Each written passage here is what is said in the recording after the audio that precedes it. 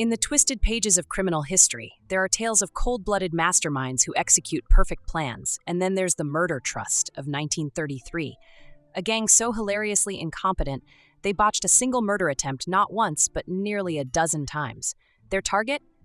Mike Malloy, also called Iron Mike, an unwitting Irishman with a penchant for whiskey. The goal? Eliminate him, collect his life insurance, and walk away rich. Sounds simple enough, right? Well, let's just say simple was the last word that would describe the absurd chain of events that followed. First, let's meet the geniuses involved. At the helm was Tony Marino, the speakeasy owner who thought that collecting insurance money would be a great way to boost his profits.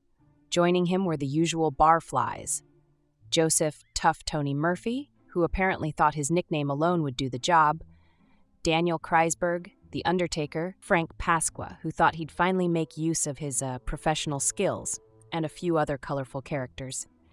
They all chipped in a few dollars to buy an insurance policy on Malloy and figured he'd be gone in no time, leaving them rolling in easy money. Now here's where things start to go downhill. The crew's grand scheme? To let Malloy drink himself to death. Easy, right? Mike Malloy was an old Irishman with a legendary drinking habit. They figured just a few rounds of free drinks and he'd keel over on his own. They even had a clever plan: serve him shots of wood alcohol, which was known to be lethal in even small amounts. Fun fact: wood alcohol is the stuff used in paint thinners, and ingesting it can cause blindness, organ failure, or just straight-up death. But what they didn't count on? Mike Malloy had the constitution of an ox. Day after day, Malloy bellied up to the bar, downing shot after shot of wood alcohol like it was apple juice. He'd finish off his drink with a satisfied sigh and slam his glass down, demanding another round. The gang watched in awe as Mike not only survived but seemed to thrive on his nightly doses of poison. Night after night, Malloy staggered out the door, only to show up the next day ready for more. The Murder Trust was starting to feel a little less confident, and their bar tab was piling up faster than their nerves could take.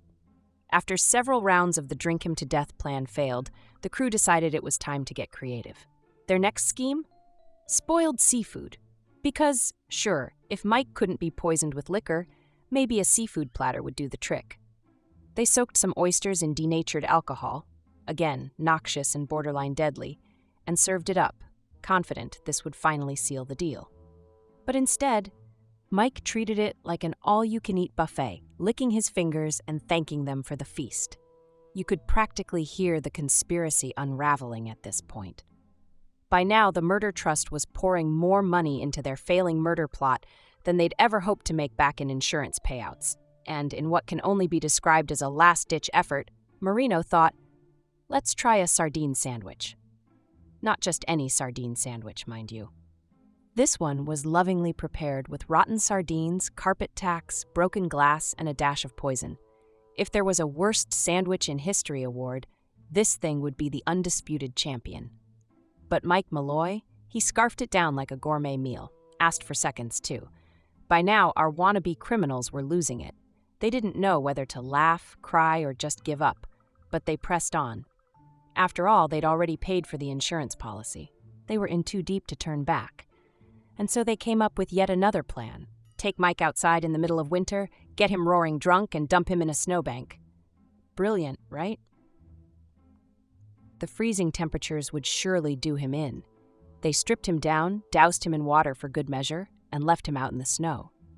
The next morning, Marino opened his bar only to find Mike Malloy, a little frosty but very much alive, waiting at the door and complaining of a wee chill. At this point, even the Murder Trust had to acknowledge that Malloy might actually be unkillable. Now desperate, they pooled the last of their resources and went with the most ridiculous plan yet: a hit-and-run. They hired a cabbie to plow into Mike at full speed. The driver hit him not once, but twice, then backed over him for good measure, leaving him in the street, battered and bruised. Finally, it looked like the plan had worked. They were ready to cash in, until they heard a knock on the door a few days later. Yup, Mike Malloy was back, maybe with a limp, but otherwise no worse for wear. By now, it was clear that the Murder Trust had one option left.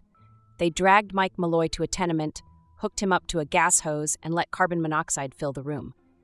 This time, Malloy finally went to sleep for good. They collected their winnings, but their victory was short-lived. The police were suspicious from the start, and when they exhumed Malloy's body, it was obvious he'd been gassed. Soon, the murder trust was in court, facing murder charges. Each member was sentenced to the electric chair.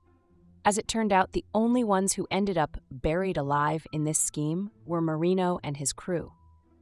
And that's the story of Mike the Durable Malloy, the man who wouldn't die, and his less-than-brilliant assassins who couldn't catch a break. Thanks for watching, and stay tuned for more true crime stories.